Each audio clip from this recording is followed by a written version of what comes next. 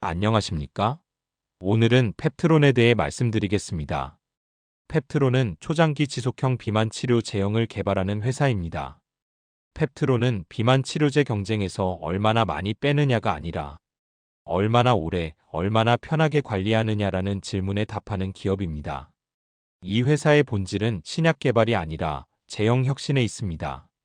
이미 효능과 안전성이 검증된 GLP-1 계열 약물을 5월 1회 혹은 반기 또는 연 1에서 2회 투여가 가능한 초장기 지속형 제형으로 바꾸는 기술을 보유하고 있다는 점에서 펩트론은 비만 치료의 미래 형태를 겨냥하고 있습니다.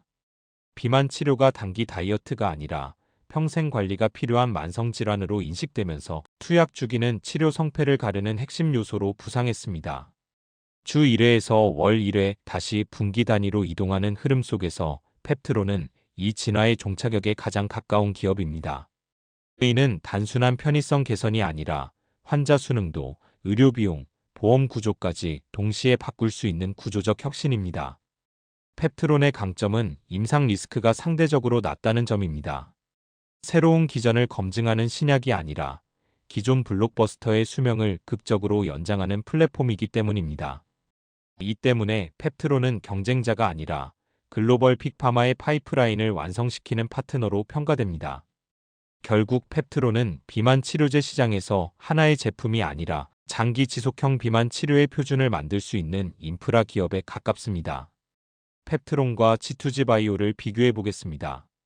두 기업 모두 장기 지속형 비만 치료 개발이라는 사업을 하고 있습니다. 두 기업이 비슷한 측면이 있기는 합니다. G2G 바이오는 월, 분기 1회, 펩트론은 반기, 연 1회를 목표로 하고 있습니다.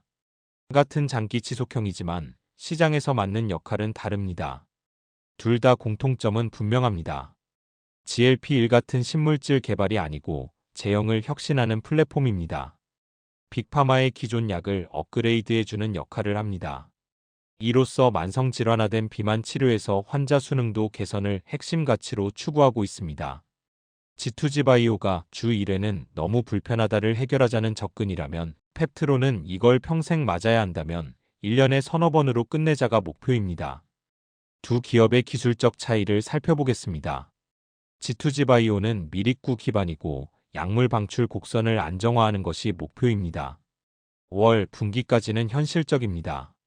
반면 펩트론은 초고분자 서방성 플랫폼입니다. 장기간 약효 유지가 핵심이고 체내 안정성, 누적 관리가 관건입니다.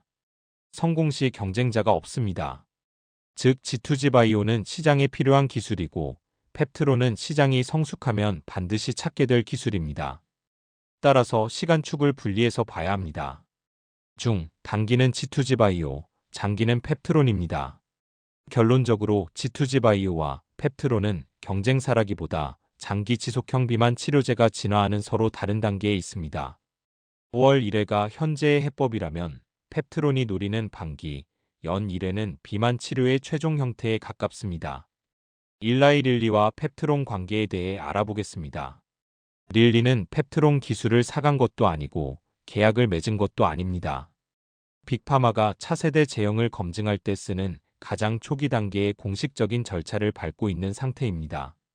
실험해보고 마음에 들면 계약까지 갈 수 있고 마음에 안 들면 아무 일도 없었던 것처럼 끝나는 단계라고 보시면 됩니다. 빅파마가 기술을 가져다 실험만 해보는 이유는 무엇일까요? 릴리 같은 빅파마는 외부 플랫폼 기술을 볼 때 절대 바로 계약하지 않습니다. 그 이유는 1. 자기 약물 GLP-1에 실제로 맞는지 2. 동물 비임상에서 방출 곡선이 안정적인지 3. 자사 생산 공정 CMC에 얹을 수 있는지 4. 누적 독성, 잔존 리스크가 없는지를 확인해야 하기 때문입니다. 그래서 빅파마는 보통 다음 순서를 밟습니다. 기술 접근, 외부 회사의 제형 기술을 연구용으로 제공받은 단계입니다. 그러나 계약은 아닙니다. 금전은 거의 없습니다. 목적은 내부에서 직접 실험해보겠다는 것입니다. 현재 펩트론, 릴리는 2단계에 해당할 가능성이 가장 큽니다. 내부 검증, 릴리가 자기 GLP-1 물질에 펩트론 제형을 적용해서 방출 곡선, 혈중 농도, 지속기간 테스트를 할 것입니다. 성공 기준에 못 미치면 여기서 끝입니다. 대부분의 기술은 2단계에서 탈락합니다. 옵션 계약 공동연구 이거 된다 는 판단이 서면 그때 옵션 계약 공동연구 계약 혹은 독점 협상권을 부여합니다. 이때부터 의미 있는 계약금이 붙기 시작합니다. 라이선스, 인수, 임상 전, 초기 데이터까지 확인한 뒤 정식 기술 이전 또는 인수를 진행합니다. 현재 펩트론은 릴리가 실험해본다는 단계에 있습니다. 이 자체만으로도 의미가 있습니다. 릴리 같은 회사는 가능성 없는 기술은 애초에 실험도 안 해봅니다.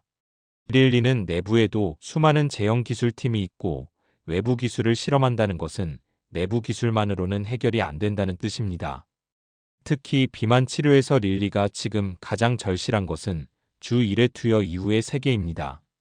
월 1회는 이미 경쟁자들이 접근하고 있습니다. 단기, 연 1회는 내부 기술로는 쉽지 않습니다.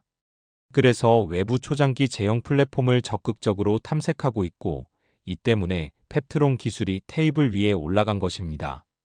릴리와의 관계를 정리하자면 릴리는 펩트론 기술을 사간 것이 아니라 이게 정말 연 1회 비만 치료의 해답이 될 수 있는지를 자기 손으로 직접 확인해보고 있는 중입니다. 그리고 그 테이블에 올라갔다는 사실 자체가 펩트론의 기술 레벨을 보여줍니다.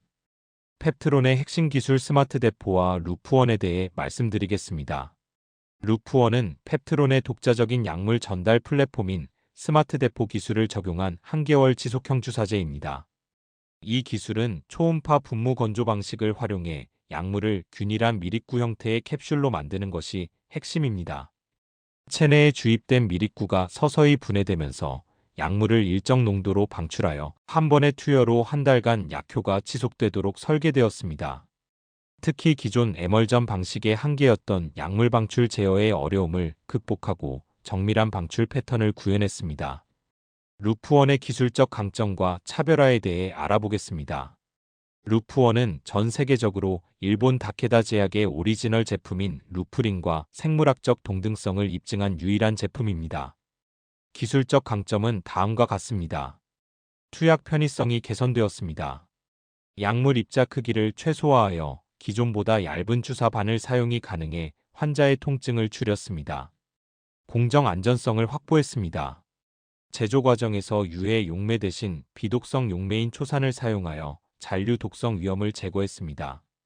뛰어난 안정성을 바탕으로 최대 36개월의 유효기간을 확보하여 의료 현장에서의 관리 효율성을 높였습니다. 초음파 노즐을 통한 대량 생산 체제를 구축하여 상업적 확장성이 뛰어납니다. 루프원 시장 전망 및 기대 효과입니다. 국내에서는 LG화학과 판권 계약을 맺고 약 800억 원 규모의 전립선암 및 성조숙증 치료제 시장 공략을 시작했습니다. 전망은 밝은 편입니다. 오리지널과 동일한 약동학 데이터를 확보했기에 2.7조 원 규모의 글로벌 루프린 시장 진입이 유리합니다. 루프원의 성공은 스마트 대포 기술의 상업성을 입증한 사례입니다. 이는 현재 논의 중인 일라이 릴리와의 비만 치료제 기술 이전 본계약 체결 가능성을 높이는 근거가 되고 있습니다. 2024년 4분기부터 본격적인 매출이 발생하며 오송 제2공장 완공 시 생산 능력이 10배 이상 확대될 예정입니다. 펩트론 자금 사정에 대해 말씀드리겠습니다. 펩트론은 24년 11월 유상증자를 통해 약 1,350억 원의 자금을 조달했습니다. 조달한 금액의 절반은 제2공장 증설에, 나머지는 R&D 비용과 인력 충원 등에 활용될 계획입니다. 카파 확장을 위한 추가 자금 조달도 교환사채 발행으로 해결한 상태입니다. 현금 보유 여력은 1,000억 원 이상이며 연간 영업현금 흐름과 투자 활동으로 약 200억 원 전후가 유출될 것으로 예상됩니다. 향후 4에서 5년간은 자금 조달에 대한 우려는 크지 않을 것으로 보입니다. 펩트론에 대한 종합적인 관점입니다. 펩트론은 국내 바이오 기업 중 대체 불가능한 포지션을 갖고 있습니다. 펩트론은 신약 개발사가 아니고 단일 파이프라인 회사도 아닙니다. 초장기 지속형 제형 플랫폼을 보유한 거의 유일한 상장사입니다. 이러한 포지션 때문에 비교 대상이 없습니다. 벤치마크도 없습니다. 그래서 밸류에이션이 공중에 떠 있는 상태입니다. 이런 기업은 실적이 아니라 상상 가능한 최대치로 거래됩니다. 다만 상상이 현실화되지 않을 경우 큰 조정을 각오해야 합니다. 그간 분석해왔던 다른 바이오 플랫폼 기업들과도 펩트론은 다릅니다. 다른 바이오 플랫폼들은 기술 이전을 하고 나서 빅파마들이 임상을 진행 중이며 성공 시 로열티를 받는 단계에 있습니다. 반면 펩트론은 릴리가 이제서야 기술을 검증하는 단계에 있습니다. 이런 단계만으로도 이미 기술 이전이 이루어진 바이오 플랫폼들보다 시가총액이 훨씬 큽니다. 지금 주 1에 맞는 주사를 연 몇 회로 줄인다는 가치는 숫자로 계산하기 쉽지 않습니다. 그래서 시장은 일단 성공에 베팅하고 있는 것으로 보입니다. 릴리가 펩트론 기술을 계약할지 여부가 펩트론 미래를 여는 첫 신호가 될 것이라 생각합니다. 이상으로 펩트론에 대해 마치겠습니다. 시청해주셔서 감사합니다. 구독과 좋아요 부탁드립니다.